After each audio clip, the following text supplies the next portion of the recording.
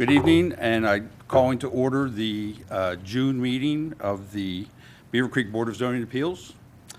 And Ms. Gillall, will you please call the roll? Mr. Althoff? Here. Mr. Botla? Yes. Mr. Essman? Here. Mr. Porter? Here. Mr. Archibald? Here. Thank you very much. Okay, so we have an agenda. Do we have any additions or subtractions from the agenda? No. I will entertain a motion to approve the agenda as written. I move the motion. Okay, we have a motion and a second. By voice vote, all in favor? Aye. Aye. Any opposed? Hearing none, so carried. Next, we have the minutes of last month's meeting. Yeah, it's nice to say that, last month's meeting. 2 meetings in a row, this is amazing. Anybody have any comments on these, the minutes from last month? Any corrections, deletions, additions? Hearing none, I'll entertain a motion to approve the minutes as written. Motion to approve is written.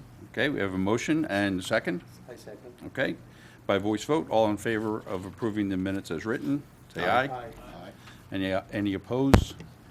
Hearing none, so carried. Okay, on to our first case. This is case V21-4, Reese and Laura Swanson at 2065 Beaver Valley Road. Ms. Gillall. This is case number V21-4 on an application filed by Reese and Laura Swanson, 2065 Beaver Valley Road, Beavercreek, Ohio, 45434, requesting a variance from Chapter 158.104D of the City of Beavercreek zoning code, requesting permission to construct an accessory structure that would exceed the 16-foot height requirement in an R1AA district. The property is located on the north side of Beaver Valley Road, 13 lots southwest of the intersection of Beaver Valley Road and Kemp Road, further described as Book 4, page 18, parcel 18 on the Greene County Property Tax Atlas. Okay, thank you very much. We hear from staff first, we hear from applicant. Anybody from the applicant here? Please come up to the podium, read the little card on the upper left-hand corner, state your name, address, et cetera, and tell us why you're here. All right. I, Reese Jeffrey Swanson at 2065 Beaver Valley Road, affirm that the testimony I'm about to give before to the Board of Zoning Appeals of the City of Beavercreek is the whole truth to the best of my knowledge. Okay, So my wife and I are looking to construct a, as Ms. Gillall said, a 21-foot structure there. The primary purpose is to accommodate a car lift. My wife's family, her grandmother bought a 68 Mustang, it's kind of an heirloom, and her mom drove it, she drove it, and we got to us, it's been through our wedding night, we drove off in it, it's been honeymoons, proms, all that stuff, and I find it difficult more and more to get people to work on a carbureted car and an older car to maybe the same standard, I don't know, being picky as I'd like, and it's just, and with our current house, I don't have room to put in a car lift. So we're ideally looking to put in a car lift there, which would elevate it. And then this second story, the elevation there, because with a 3.5 acre lot, I got quite a bit of maintenance in terms of woods and trees, and a gravel driveway takes up a bunch of my time, and having to store a bunch of equipment in there. The other issue we had is due to the water table at our current location, we don't have a basement, so we're utilizing through Weaver Barnes storage trusses, and looking to that added a little bit to the elevation there to put in storage. okay, If you look at the packets, I assume there's pictures of the house, especially coming from the current detached garage looking up. Our current detached garage sits about 6.5 feet lower than our house. Added the elevation of 21 feet will put them within 5 inches of each other, giving us that symmetry. And then also, if you look out in front of our house, it's all lawn, and directly across the street from us is the Siebenthaler's building. And there's, in our drawings compared to their main building there's many similarities in terms of the roof, the pitch, the windows in the front, and the awning that kind of I don't know, to me ties it in a little bit more with the neighborhood. It's not just a metal pole barn to suit our needs. I'm trying to, I guess, blend it in with the existing structures. Okay. Um, Anything else? no? Okay. All right, having said, thank you very much, and Okay. I'm sure we'll have questions. Okay, yes, sir. Okay.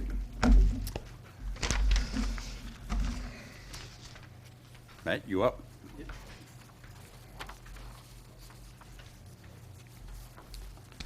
Thank you, Mr. Chairman, BZA members.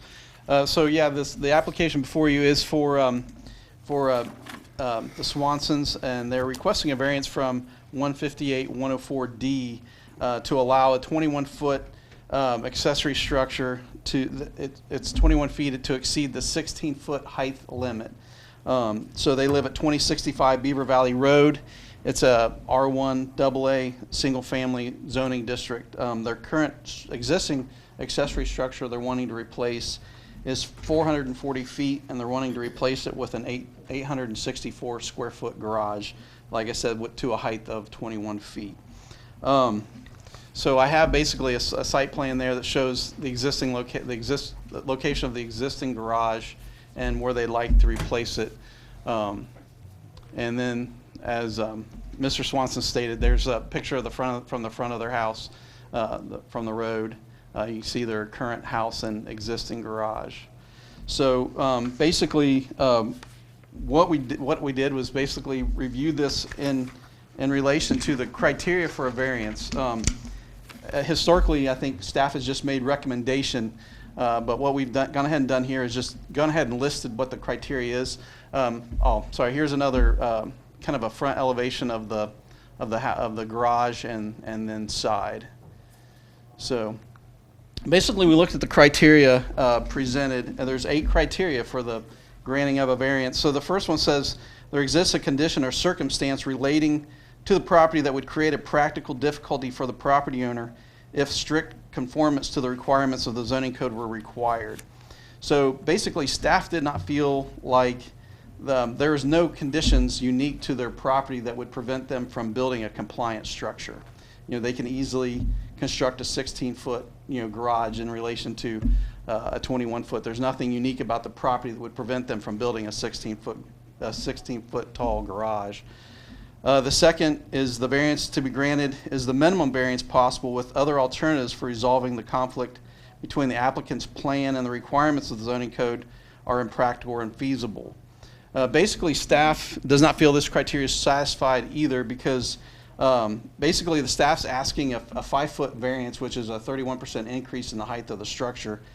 The applicant has the ability to build a compliant garage, which would eliminate the need for the variance. But in addition, basically, the applicant has other feasible means. They're already almost doubling the size of their existing structure as far as square footage for additional storage.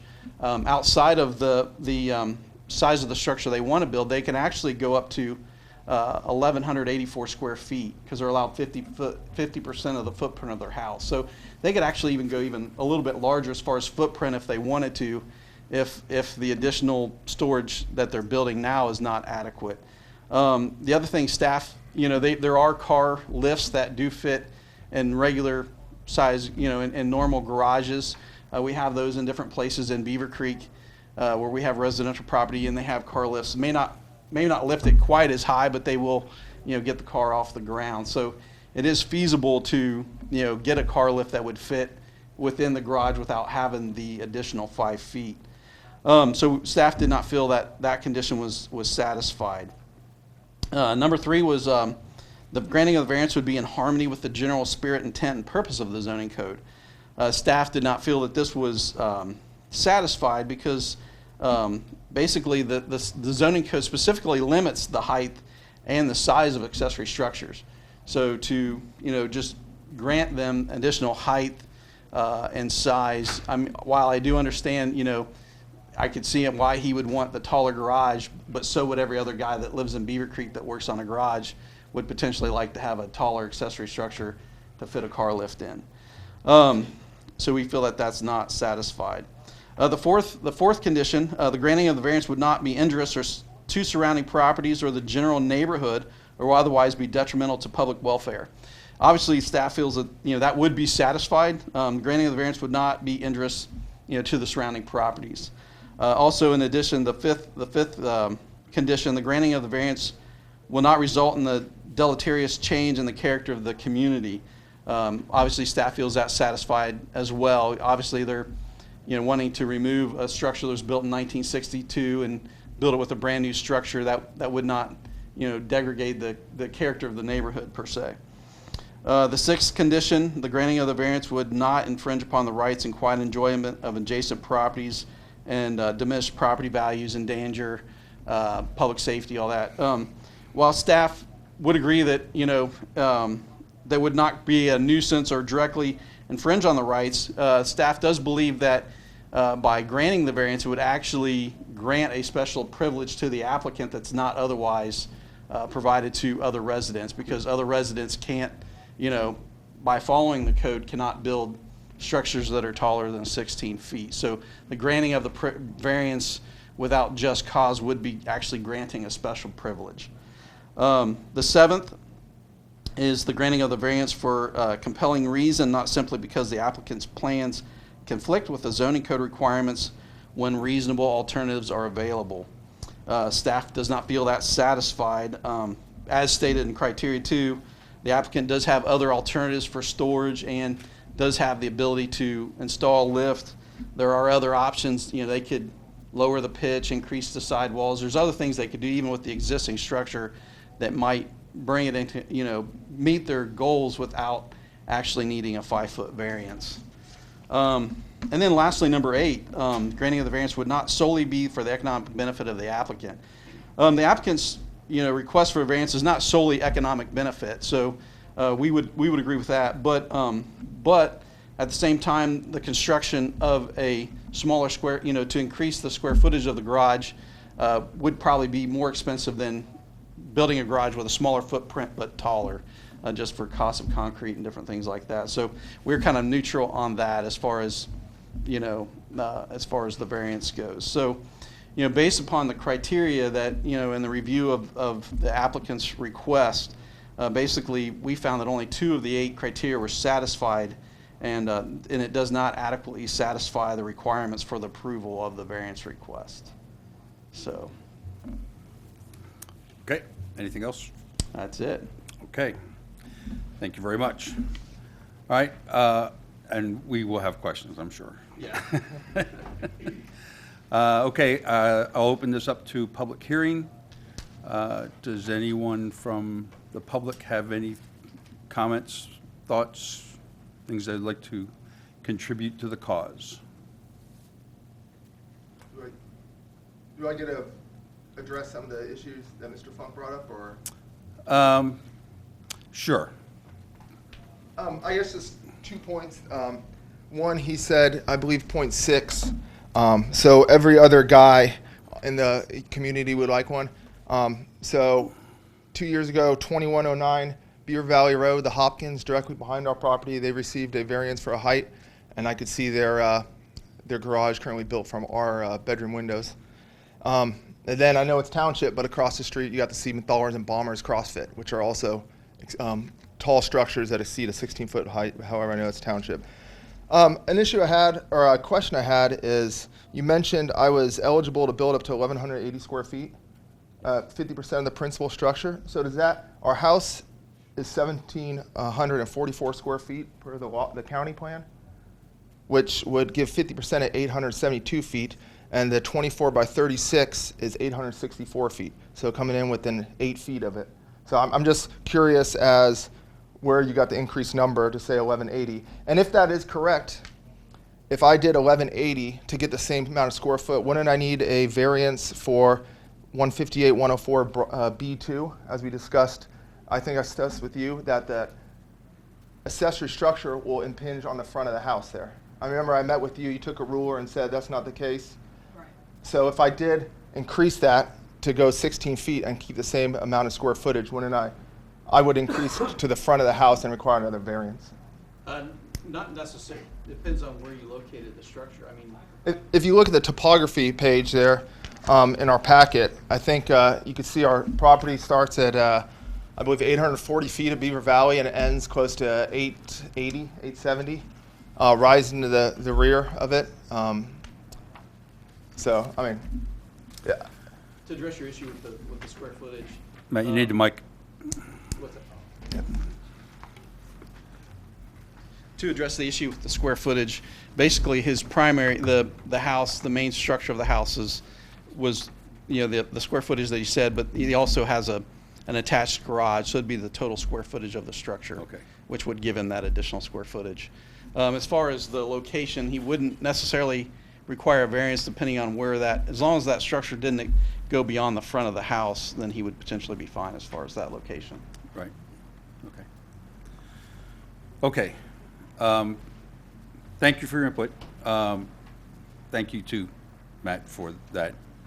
Any other public comment?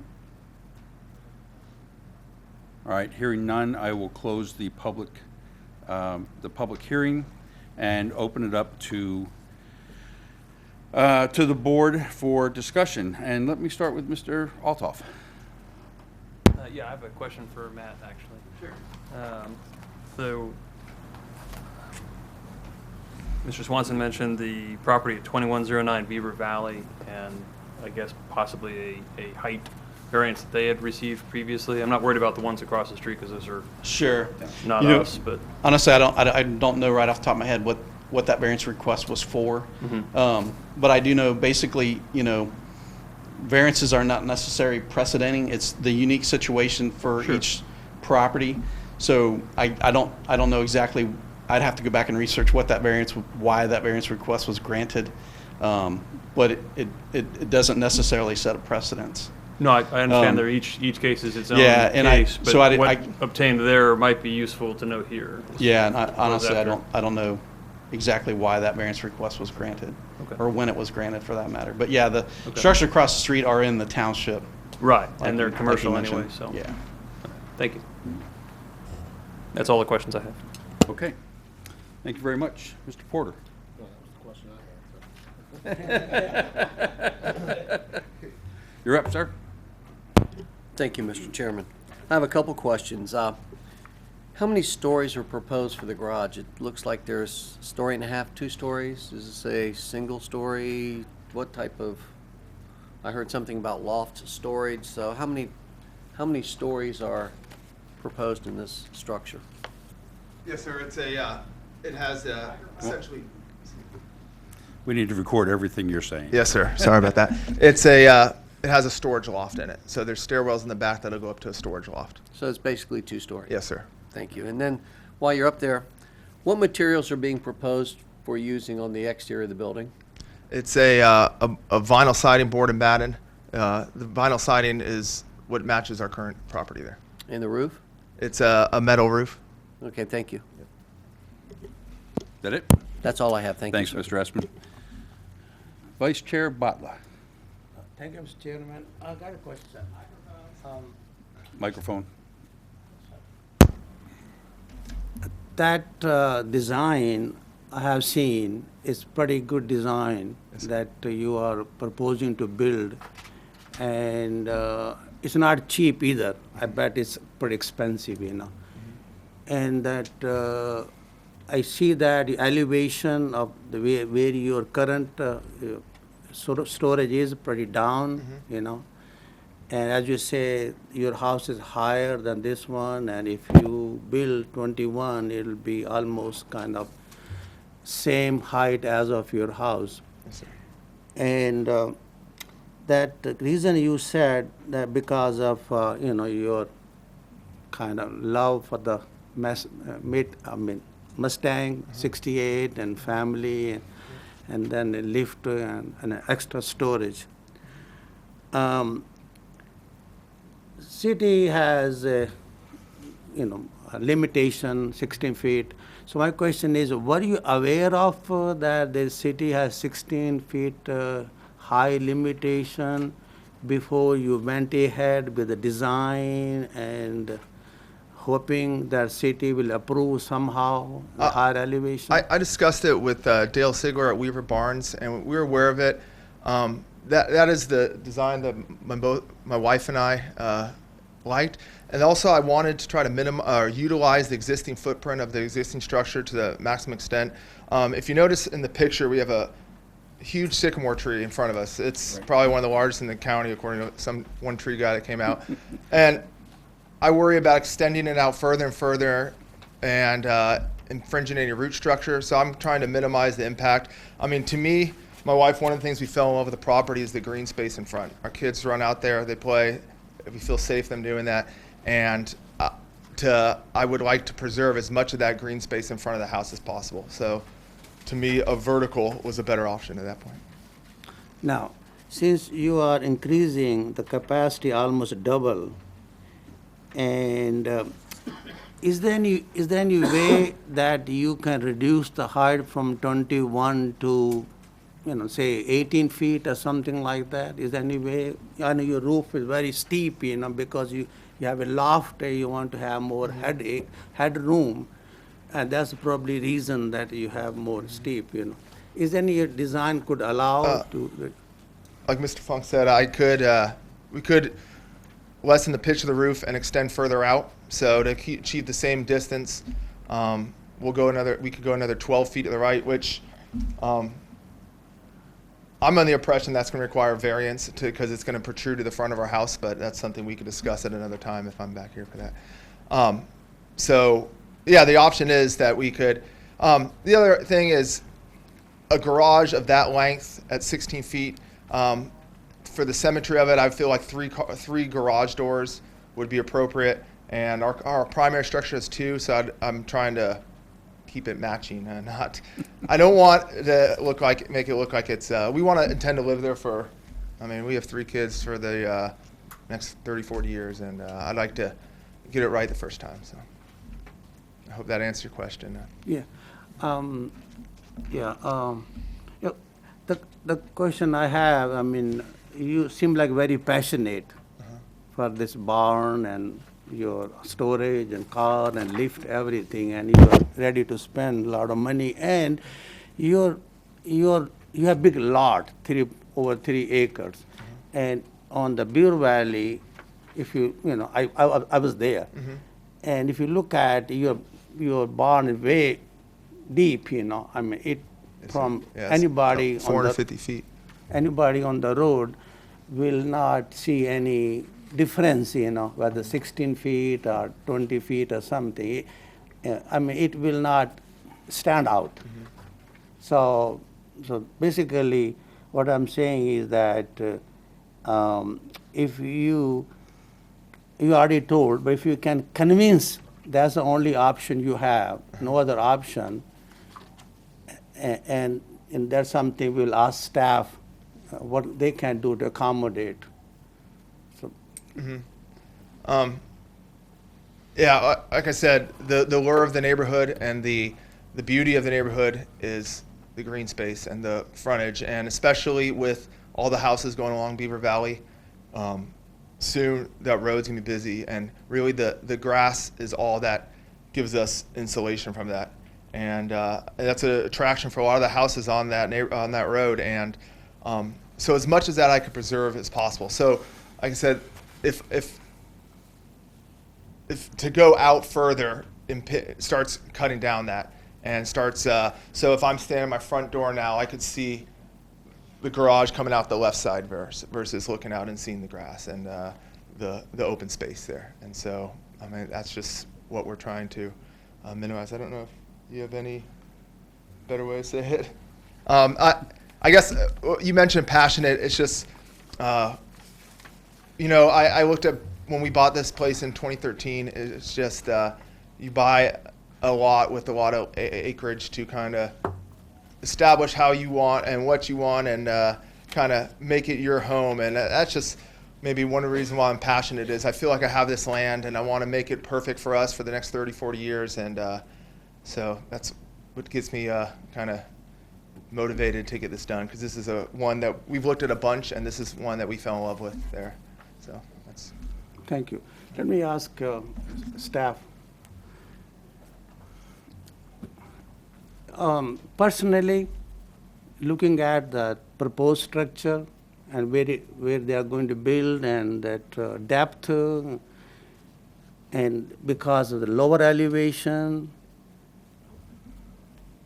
I have no problem per se, but I just want to ask staff, how can you, what suggestion do you have to, make some changes or accept as it is?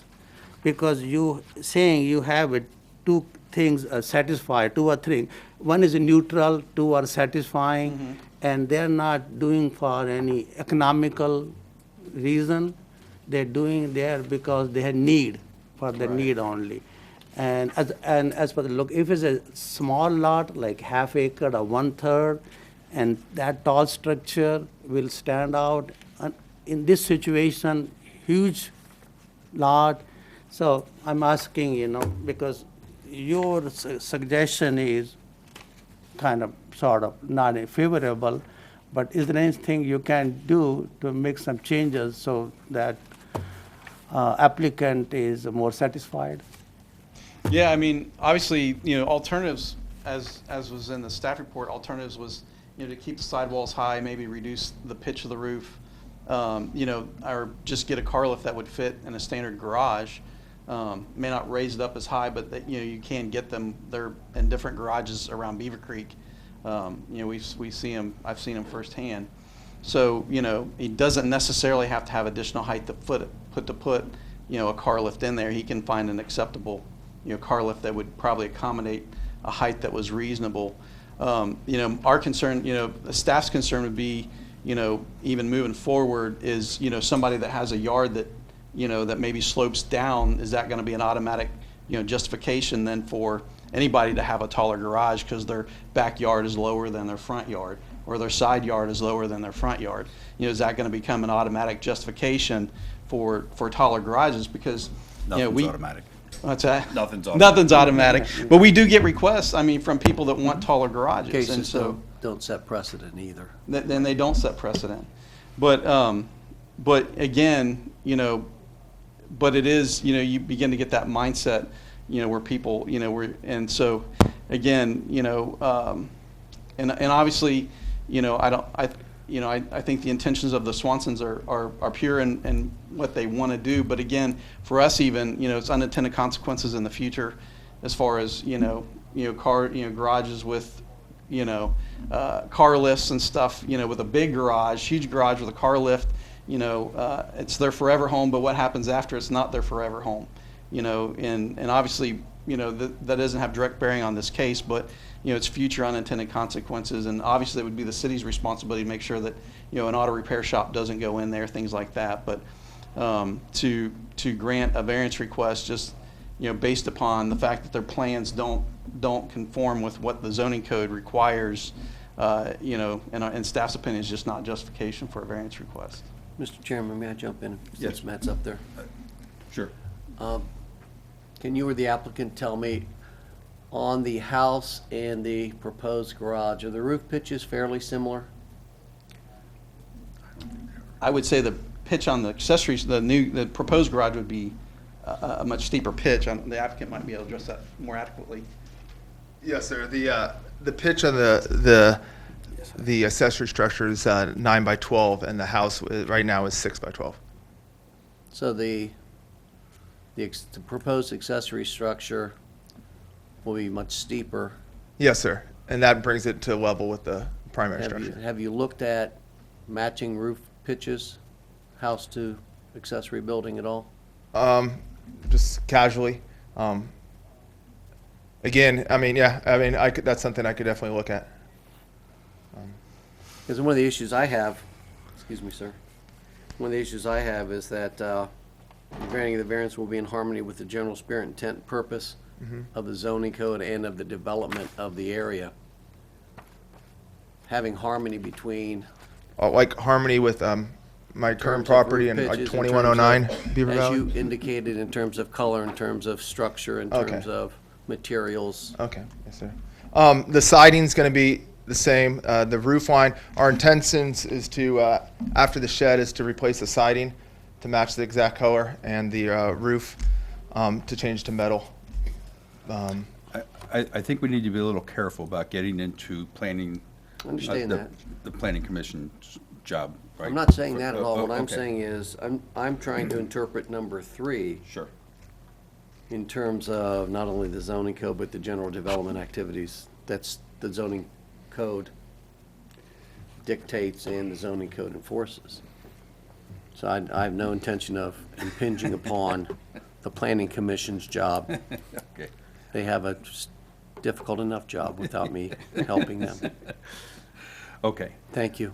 you're welcome. Yeah, I still have a question. Yeah, I'm sorry, I didn't mean to cut you off. That, Matt. Could we have some kind of caveat or condition in order to approve that this variance only for the current resident and future resident may have to reapply again? No, the variance would stay, it's a permanent, it would Yep. stay with the property. It's attached So to any other structure that would be built on that property, there is additional square footage that's allotted, they could build another structure that was then 21 feet as well. So it wouldn't apply to just that, that variance would apply to that property, and it would stay with that property. I see. So is there any, okay, let me ask again. Is there any modification we can suggest, I don't know, what could be to hide that, that structure from the street? I think that probably not even, because it's pretty deep anyway. So if you even put some additional shrubs or tree or something, that may not matter much anyway. Yeah, I don't know if it would have much of an impact as far as, aesthetics. Obviously, it's gonna be a nice looking building for sure. I mean, staff certainly wouldn't deny that. It's a nice looking building and certainly can understand why they would want that structure. But given the fact that there's alternative, means of compliance, the staff's position is, the structure needs to be, compliant with the code. Okay, thank you. Did it? Yes. I'll ask for seconds. Okay, so, Mr. Funk, come on back up again. Okay. And can you take us back to this picture? Sure. Thank you. So, this house is situated diagonally on their lot, right? Right. So the front of the house is delineated by the leftmost front corner? Right, it would be this corner right here. Okay. So the structure would not be able to extend any closer to the road than that front corner right there. Okay, well, clearly they can't go through the tree that's, the huge tree that's there, right? So,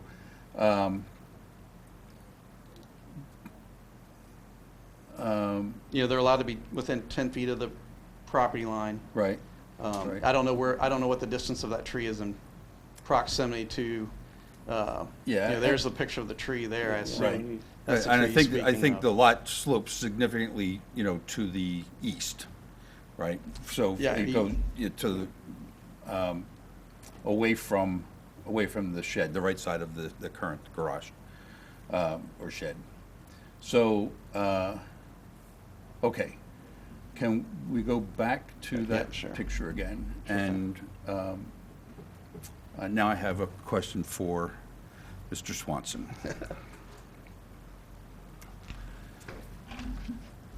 So, with this picture, if you were to enlarge the footprint, right, to be able Yes, sir. to, so I think Matt said you could go up to 1,184 square feet. I'm assuming you can't, it would be difficult, not that you can't, but it would be difficult to go to the right. Yes, sir. It slopes up pretty good there in the topography. I don't know if you can see it. It goes up quite significantly towards the back there. If you look in the back of our house, you got that little player right along the board. There's and then a little tan. Those are steps because it's so steep that we had to put in steps into the grass to get up there, to access that, so it significantly rises. Okay, so where would you, which direction would you be able to extend? I could, last I measured, I believe it's in the justification, believe I'm 34 feet from the edge of the road to the Mingus property, which is that long driveway off the right side. I Okay. could go back that way. Go back, Excuse me, to the right if I'm, back to the north, yes, sir. or to the east? Yep. I would, I mean, the other option is I could push it as far as possible. If I'm entitled to 1,184 square feet, I mean, then an option would be to cut down the tree, but that's going to cost No. over $10,000, you know? No. So, I mean, that kind of limits me on where I'm really going to put it. Going to the west, right there, I have our septic tank. And so that would need to be relocated if I have to go any further towards the house there. Okay. And But it sounds like you would be able to carve out some additional square footage from the current plant footprint, right? if I went back to the, I mean, I think do you have I have letters from every one of my neighbors endorsing our plan. And I'd have to go back and talk to Mr. Mingus because that's going to start pushing towards his property and, you know, right now, and that drive up that driveway right there. Sure. But, Okay. All right, so, thank you. another couple of things that I need to say. One is that, I'm a little disappointed that you don't have any pictures of the '68 Mustang in your packet. I mean, look at me. I grew up with early Mustangs. I was thinking of putting one in there, but I didn't want to come off as, I don't know. I'll probably work on my kids' cars. Once And I'm envious, No, right? thanks, sir. So, I don't get my new Mustang until July. Okay, so, I think that's it. I don't think I have any other questions. I'm going to open it for seconds. You have seconds? I have a Okay, question. Mr. Butler? I have a question. I'm sorry, you do have- yeah, okay. Going back again, Matt, maybe, going back again, because to me, it really does not make much difference, you know, their location and the purpose they are going.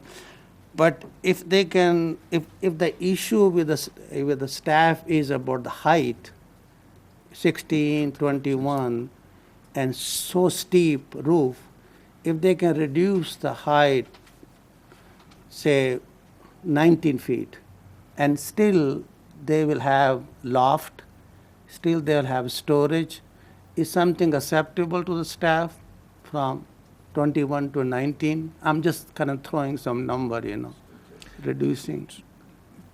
Yeah, I mean, Still obviously. requires a variance, right? Yeah, I mean, obviously, that's at the board's discretion, you know, again, staff's position primarily is the fact that they have the ability to build a compliant structure.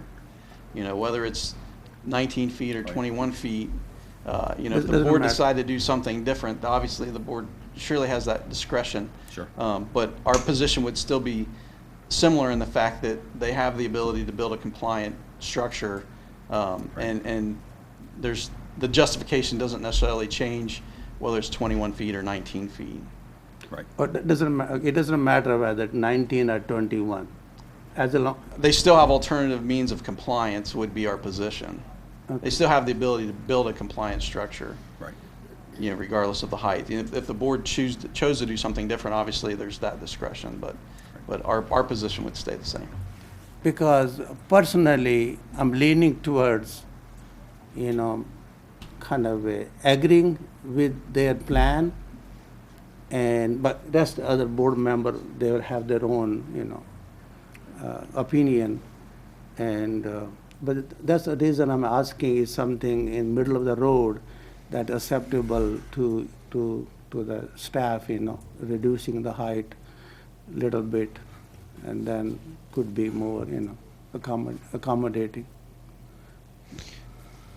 But you said it doesn't matter. I mean, obviously, you know, the more conforming, the better, you know? I mean, if exactly. you reduce the nonconformity, you know, obviously, that would be better, but like I said, you know, our position is, you know, given the ability of having alternative means of compliance, and, you know, basically the explanation laid out in the staff report, you know, our position would still be similar. Obviously, you know, if the board was to decide to grant a variance, obviously the more conforming the better, but our position would stay the same, that they do have the ability to build a compliant structure.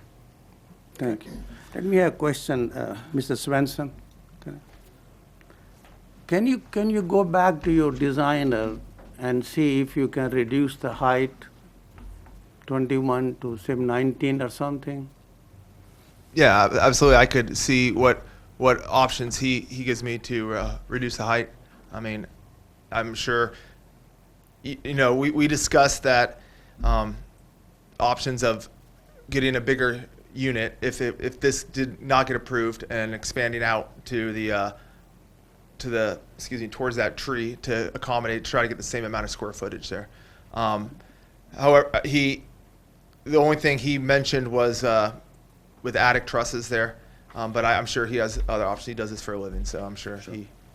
So let me jump in on that real quick. So if you were to reduce the pitch of the structure, would you be able to get to 16 feet and still have like a 612 run, rise over run for, that kind of matches your house? And therefore you would lose your storage, your walk-up storage, because you have stairs going up there, Yes, sir. right? That would be the main impact of that, Would be, if you lowered the peak of the roof, basically. yeah, it would. Yeah, I would lose that. And when we have currently storage in our attic now, that I mean, I kill myself almost daily going up there, putting nail. So I mean, it would essentially be the same thing. Okay. Yeah, we would just. I mean, if that's the case, we would probably try to expand bigger towards the road and or towards the tree. Okay, all right. Mr. Porter has seconds. Actually, for Mr. Reese. Yes, sir. So what's driving the height of that? Is it the car lift that's driving the height, or is it just the fact that you want to put a storage up above it? The car lift is what the primary, and then the secondary would be to have storage. When we moved there, we had no kids. Now we have 3, and the house is no basement, 1,740 square feet, and we could utilize any storage in addition with the car lift. The car lift was the primary purpose, though, of it. The Mustang, to get insured on a car like that, you have to keep it in the garage. Right. And so I have to send them pictures every year of it in the garage, so that eliminates us now 3 cars with just down to 1 garage spot. So. Okay. So what's the height of the garage have to be to accommodate the lift? If on research online, I haven't seen what Mr. Funk seen some of the smaller ones. Research online, usually 10-foot sidewalls is what I saw. I mean, he might have another one he knows of. I talked with Dale at Weaver Barnes, and because the sidewalls come in at 9'8", and he's like, well, we can make that work. I mean, I'm sure I could keep researching and see if there is ones that could go lower. I'm not familiar with it, though. Okay, I was just curious. Thank you. Yes, sir. Is that it? That's it. Any other seconds? Yeah, let me ask again one more question. So what you're saying that you'll be able to maintain the 16 feet height and have all the mission accomplished? That's what Mr. Funk is telling me. I'm under the impression that's not the case, but I mean, if he's the expert, then it might be the case. So what that mean? That means you're gonna come back again and look at, discuss again? Or you want a decision at this meeting? He wouldn't have to if he didn't need a variance. If he was in compliant, if he's building a compliant building. Yeah, I mean, if you think that if you are going to comply 60 feet, I mean, okay, yeah. I mean, then why would it stop me from putting one in my primary house there with, 8-foot sidewalls? I mean, I just, I'm not familiar. I'm not aware of one that could go lower. Mr. Funk says there is one, so I mean, I'll leave it at that. Yeah, I guess I would be interested. I had the variance proposal for 2109, and they went higher and they mentioned cars and RV storage. And so I would be interested. I have not been in his place to see what size lift he has and how it fits in there. But 8-foot sidewalls working on a car, I mean, it seems pretty difficult. But. So you're open, basically you're open to consider staff. Sure, I'll look for proposals from him or emails, recommendations, because he seems to be in the know. This is the plan that we wanted to go forth with. So, I mean, to tell you the truth, if it didn't get approved, we're going to go back to drawing board, Weaver Barnes, and try to figure out something else. But I mean, we're not going to give up on this. We don't want to move from the house. Sure. We love the house, so we're just going to keep pressing forward. Thank you. Okay. Anybody else? Mr. Asper? One other item. You mentioned that you had letters of support from your neighbors on this project. Did I hear that correctly? Yes, sir. From the Merkles, which is the one to the west, the Mingus, which is, they surround us on two sides, the driveway and behind us, and then from the president of Siebenthalers, Robert Siebenthaler, who. Have they been submitted for? Yep, I this turned case them file? in to. I could show you my iPad. I mean, they were turned in. It's funny how those get lost.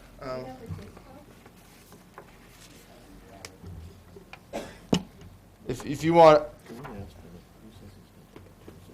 here's I don't know if Ty, there's the Siebenthaler letter. I think we have to be careful opening that can of worms. Okay. Okay. If you have, I said I could email them to someone right now from my phone. Does your email work? Gil, I have yours too. Okay.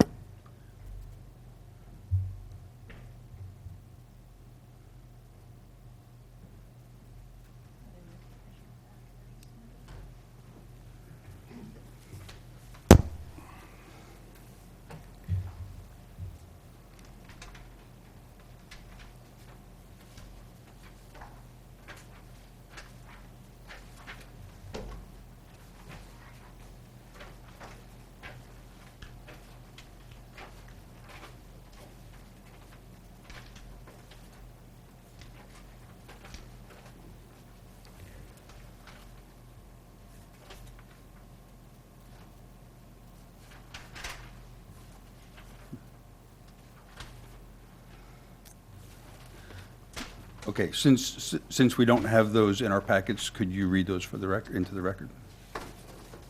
Thank you.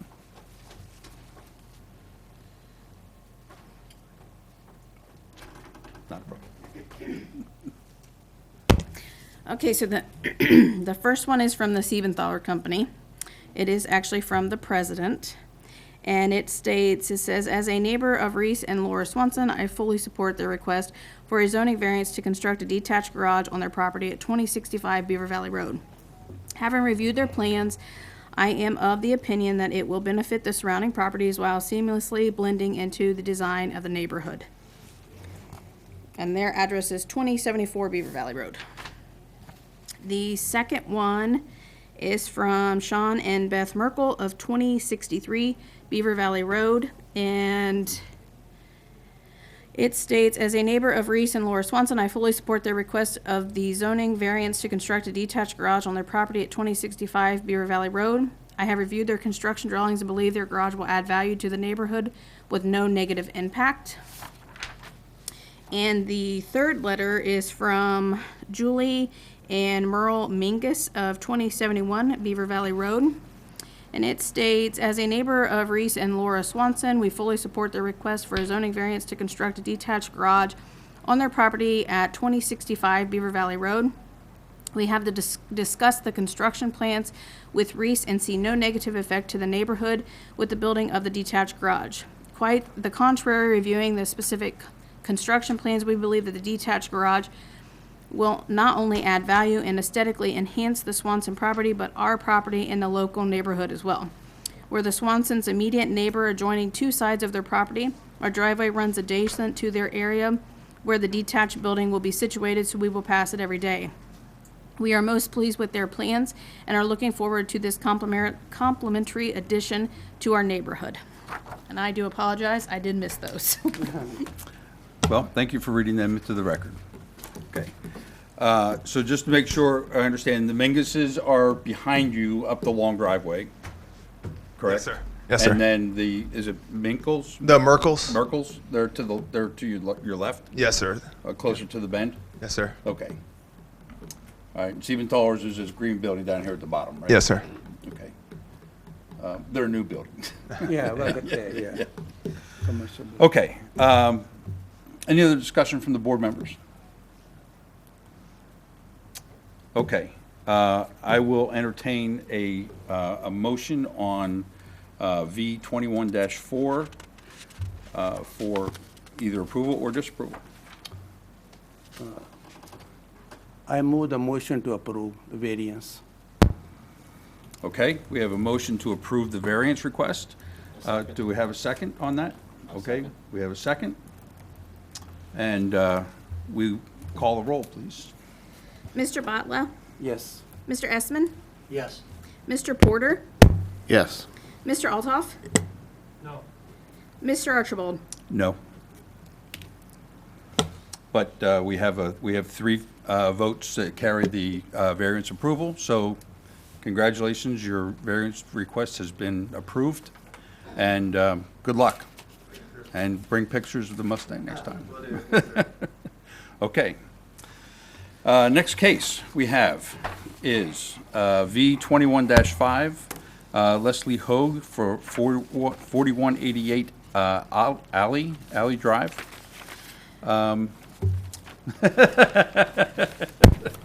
Ms. Gilhall, would you please read the variance? This is case number V 21-5 on an application filed by Leslie Hogue, 4188 Aley Drive, Beavercreek, Ohio, 45431, requesting a variance from Chapter 158.121A3 of the City of Beavercreek zoning code, requesting permission to keep the existing 4-foot fence to enclose a swimming pool with an automated pool cover within an RPUD district. The property is located on the north side of Aley Drive, 6 lots east of the intersection of Aley Drive and Wagner Trace Drive, described as Book 1, Page 8, Parcel 89 on the Greene County Property Tax Atlas. Thank you. Mr. Chairman, I request to be recused from this. Okay, Mr. Porter? Okay, Mr. Porter will not be participating in the discussion or in the voting for this variance request. Due to potential conflict of interest. So, the applicant, is the applicant here?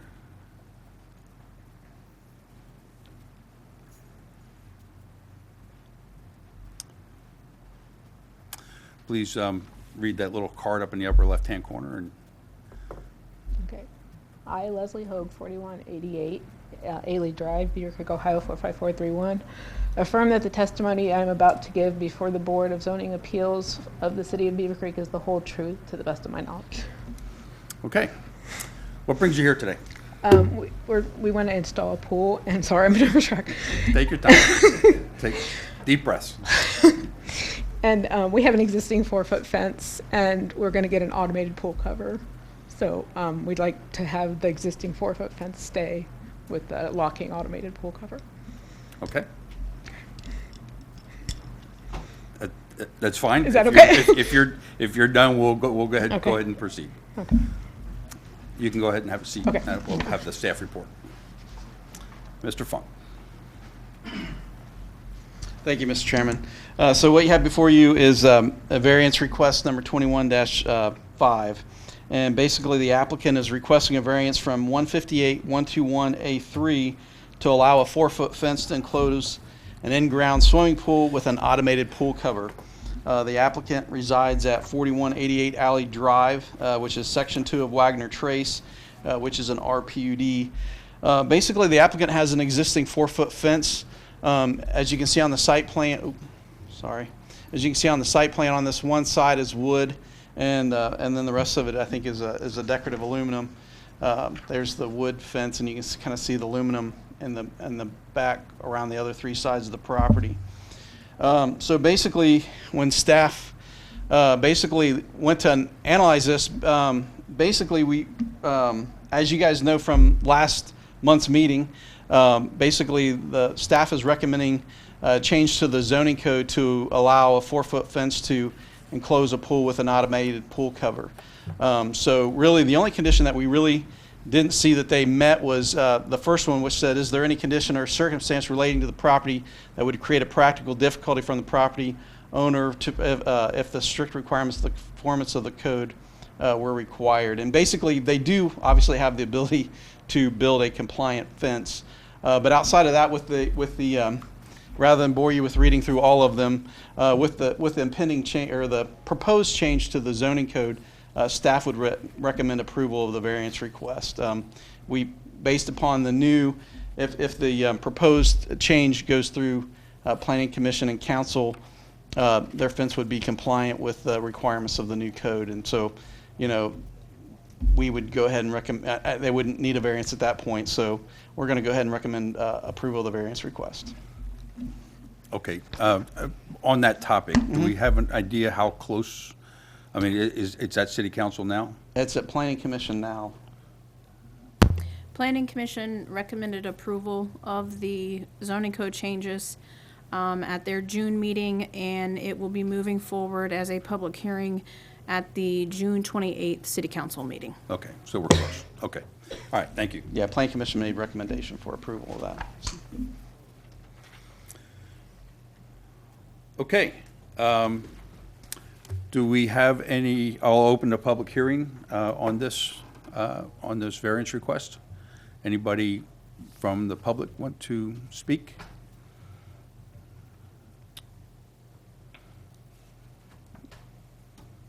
Okay, seeing none, I will close the public hearing on this V21-5 and open it up for board discussion. And let's start with Mr. Essman. I have nothing on this, thank you. Okay. Mr. Altoff. No questions. Mr. Porter's not involved. Mr. Baba. No question. Okay, I gotta ask a question, right? So, would the applicant please step up again, please?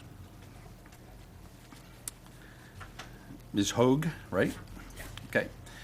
I'm looking at the picture of your wooden fence. Yeah.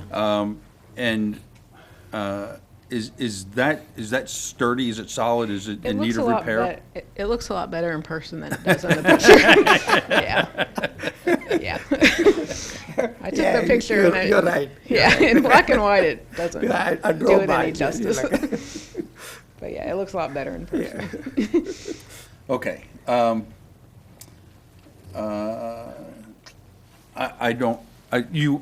just want to enter for the record, you are aware that there are also some conditions with the homeowners association Yes. that you. Yeah, and I put in That's an a completely application with separate that. discussions, as long as you're aware of those. Yeah. So, also for the record, Knickerbocker Pools. Would you like to talk to us again about the automatic pool cover? If there's anything you need to know, yeah. Well, I think this is kind of setting the precedent, because we talked about it last month, right? And we approved the variance for that last month, and the more people get exposed to it and understand, the better off we are, so. Okay.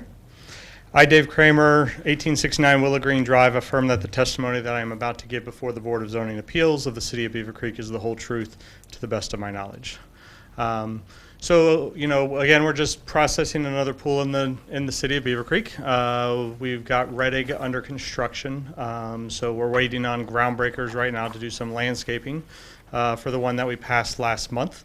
So that one is fully under construction at this point, and we're just getting another one that we're getting ready to start for Hoag, as long as this rain stops at some point in time.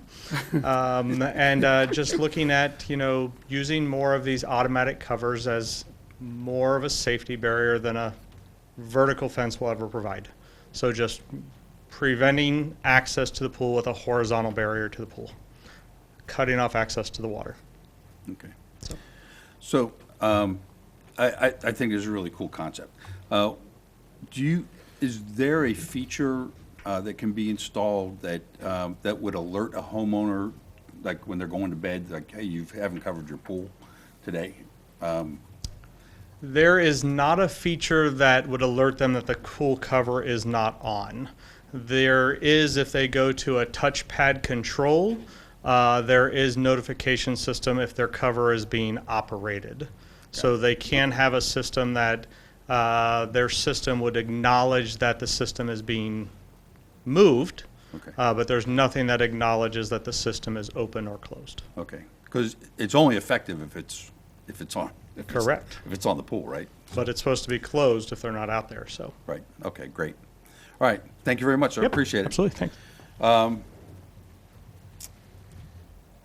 Seconds? Yeah, can you answer my question? Since you mentioned there's no provision to know whether the cover is on or not on, do we have any system that can tell resident that they are, that make sure that it is on? Is anything they can, you have a electronically device, Wi-Fi or something to make sure it's closed? There is nothing out there right now that tells them the cover is open or closed, because the way the code is written for the safety feature, if they are not out there with the pool, the cover is to be on. So there should never be a time that they're walking away from that pool Okay. with the cover not being closed. Okay, Thank Okay. you. Thank you. yep, good. Thank you. No more. Okay, so I will entertain a motion for either for or against the V21-5, approval or disapproval. I move we approve the request. Okay, Second. we have a motion and a second for approval. Ms. Gillall? Mr. Esman, Yes. Mr. Altoff, Yes. Mr. Botla, Yes. Mr. Archibald. Yes. Okay, thank you very much. It's approved. Congratulations on your fence variance. Okay, Mr. Porter, welcome back to the fold. And we will now consider variance request V21-6, Ellen Collins of 3720 Crosswood Drive. Ms. Gillall. This is case number V21-6 on an application filed by Ellen Collins, 3720 Crosswood Drive, Beavercreek, Ohio, 45434, requesting a variance from Chapter 158.104B2 of the City of Beavercreek zoning code, requesting permission to construct an accessory structure that would encroach into the side yard in an R1A district. The property is located on the northeast corner of Crosswood Drive and Tallowwood Drive, further described as Book 3, page 16, Parcel 71 on the Greene County Property Tax Atlas. Okay, do we have a representative from the applicant here? Welcome, and if you would read the little card up there in the upper left-hand corner. I, Ellen Collins of 3720 Crosswood Drive, 45430 is the house number, zip. Affirm that the testimony that I am about to give before the Board of Zoning Appeals of the City of Beavercreek is the whole truth and to the best of my knowledge. Okay. How can we help you today? Well, my shed that's 25 years old is in the low part of the yard, and I now have runoff that I never had before. And in the last 5 years, the blocks under it have rotated, shifting the shed and racking it. And it has other problems too. So I'm wanting to put a new shed, same distance from my fence, closer to the house. Okay. And it is also a Weaver barn shed. Okay. And the topology of my land is such that from the back of the property to Crosswood is a series of rolling ground, and from Tallowood to the left is rolling ground. And this spot I want to put the new shed is the best best flattest part of my yard. Okay. Anything else? Not that I can think of. Okay. Well, I'm sure we'll have questions. Thank you. Mr. Funk, staff reports, please. Thank you, Mr. Chairman. So you guys have before you variance request number 21-6. The applicant is requesting a variance from 158-104B2 to allow accessory structure to encroach in the side yard.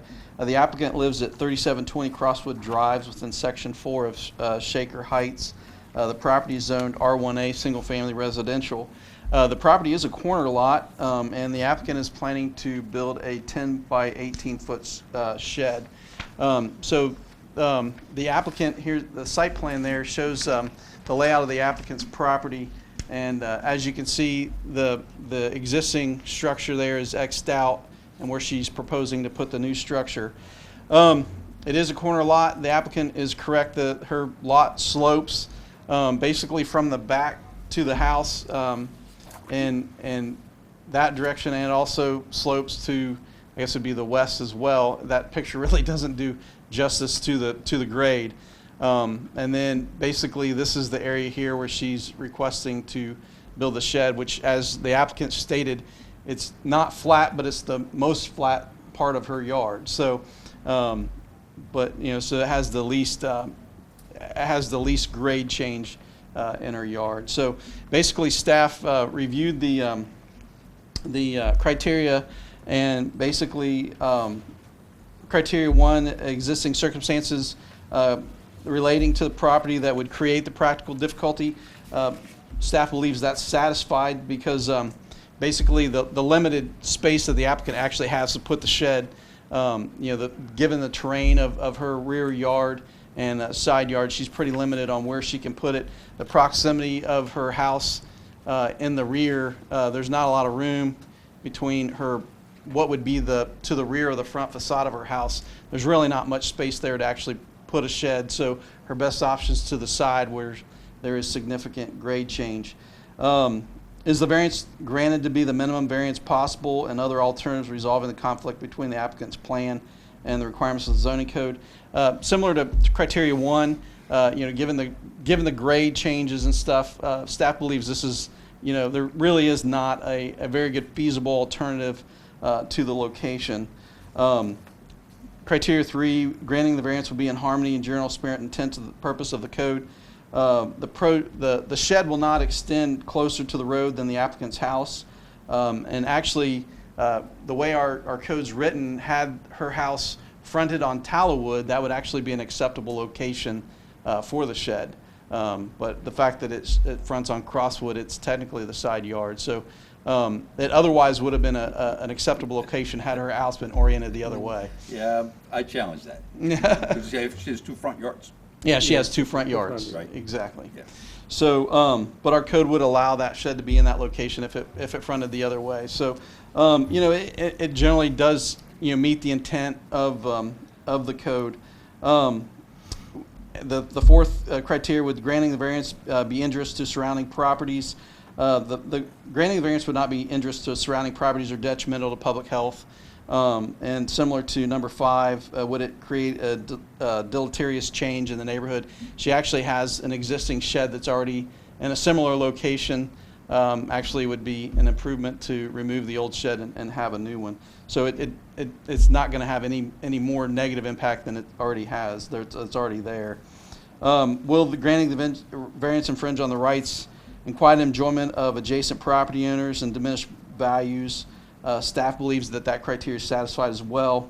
There's no necessarily infringement, and really, had she had a compliant location, she certainly would have put it there. It's basically based upon the grade changes.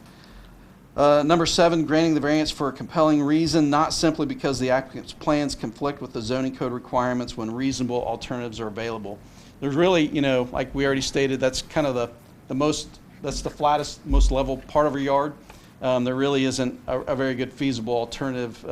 That's probably the best alternative that she has, actually. And to even put it in the existing location, as she stated, it's really low, and the day I was out there, it was pretty squishy and mucky in the area of the existing location. So even the existing location of the shed was not a very good one. And then lastly, the granting the variance is not for solely economic benefit to the applicant. We put it wasn't satisfied. Given she could possibly do extensive grading and change the grade of her lot, but that would be economic. For the fact that she didn't would be economic. So we didn't necessarily feel that was satisfied, but she met 7 of the 8 criteria and felt like her variance request was satisfied. Okay, before you go, Sure thing. before I open it up to public hearing, Uh-huh. the existing shed, that also would have required a variance, correct? Yes, even if she put it in the location of the existing, even if she replaced it existing. But my question is, was there a variance already issued for the existing shed? Not to our knowledge, no. Okay, because the variance stays with the property. Right. And an existing variance would have accommodated what she's trying to do without her applying for another variance, right? Right.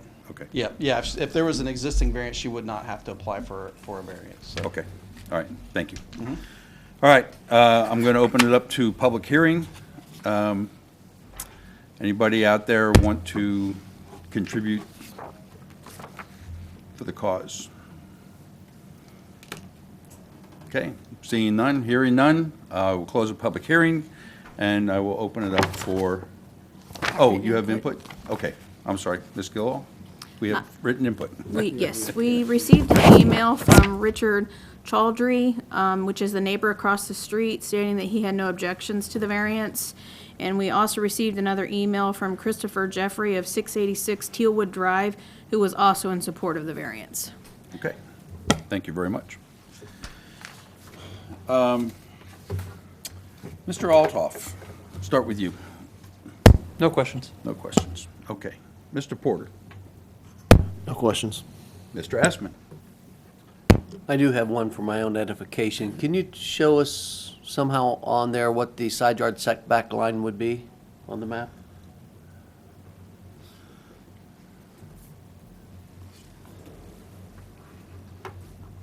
So the side yard basically would be a line going across here. The side yard would be a line going across here, even with the rear of the yard.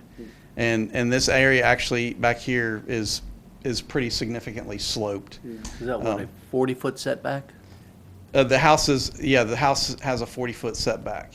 And so she's actually even behind that a little bit. Her house, the shed is not even with the front of the house. It sets back a little bit.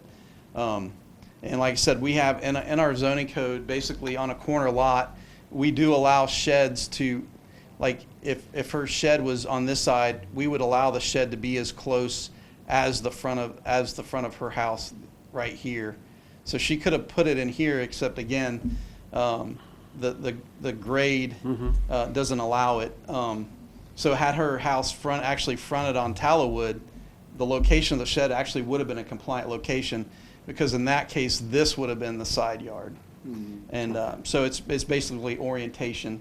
She doesn't need a variance request because she doesn't meet the code, because we would prefer, obviously those not be there. We'd prefer it to be to the rear of the front facade. But given the conditions of the terrain, it kind of I understand. Thank you. symbolize that. Is that it? Mr. Badla, I have one question. for the applicant? Yeah. That existing shed Yes. is, of course, deteriorating, gone, and, When I get my new one, yeah, I plan on having the old one taken out. yeah. Now, so that proposed location, as you say, it has also slope. It's not a leveled area, it's sloped.